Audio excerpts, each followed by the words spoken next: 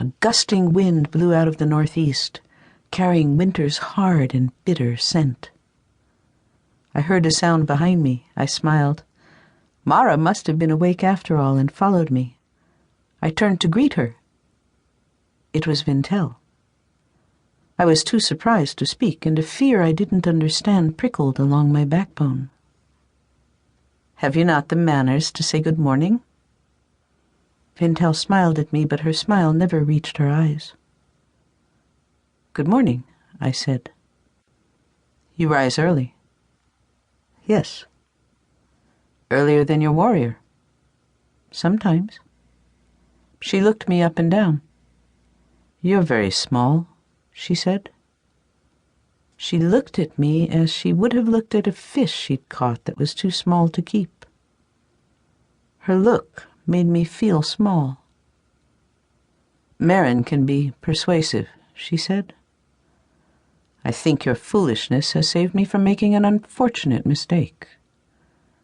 I had no time to think about her strange remark. She was still smiling, a sly and dangerous smile. When I first saw her, she was standing at least 10 paces from me. Now she drew closer, her steps slow and deliberate, as a wolf approaches a sheep that it has brought to bay. I resisted the urge to back away from her. "I see that you're also a thief," she said. What in the world could she be talking about? "I am not a thief." Her eyes went to my belt. "Then how did you come by that brooch of Aramet's?" "It was a gift." "A gift?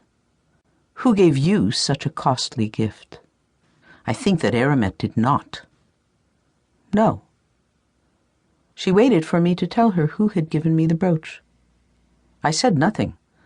I didn't want to cause Sparrow any trouble with Vintel, but there was another reason I didn't speak. Whether or not Vintel believed I'd stolen the brooch, the accusation was a deliberate insult meant to humiliate me. An angry little flame began to burn inside my chest. "If you can't name the giver of the gift," she said, "then I must believe that you took it from Aramet's things when I sent you for her grave goods." "I did not," I said. A sudden gust of wind blew something into my eye. I ignored it. I didn't want Vintel to think she'd made me cry. "I gave that brooch to Aramet," she said. "It should have come back to me. Give it to me now, and I'll say no more about it." She reached out her hand. I didn't move. I knew that I should give her the brooch, that once I'd given in, her pride would be satisfied, but I couldn't do it. I was too angry. "You truly are a fool," she said. She took another step toward me. "In that case, I'll take back what belongs to me and whip the puppy that ran off with it." It was not her words that frightened me. It was her eyes. She was so close now that it was no use trying to run away, even if I could trust my legs to carry me. Vintel saw my fear, and she enjoyed it. I braced myself to endure what was about to happen.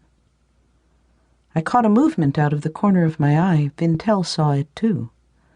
She turned in time to see my warrior step out from behind a stone wall that reinforced the earthworks. Mara's hair lay loose over her shoulders, and the gusting wind whipped it across her face. She tossed it back with a motion of her head that looked like a challenge. "Whose puppy were you going to whip?" she asked Vintel. "I believe it's yours. Would you prefer to whip it yourself?" "What has she done?" "She stole a brooch." "I don't think so," said Mara. "How did she come by it, then?" "Perhaps I gave it to her." "So," Vintel said, "you are the thief." Mara smiled. "Will you accuse me before the household, or do you only insult people privately?"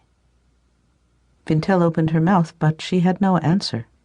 To keep listening to this audiobook, I've left you a link in the description so you can do it. at no cost thanks to Audible's 30-day free trial.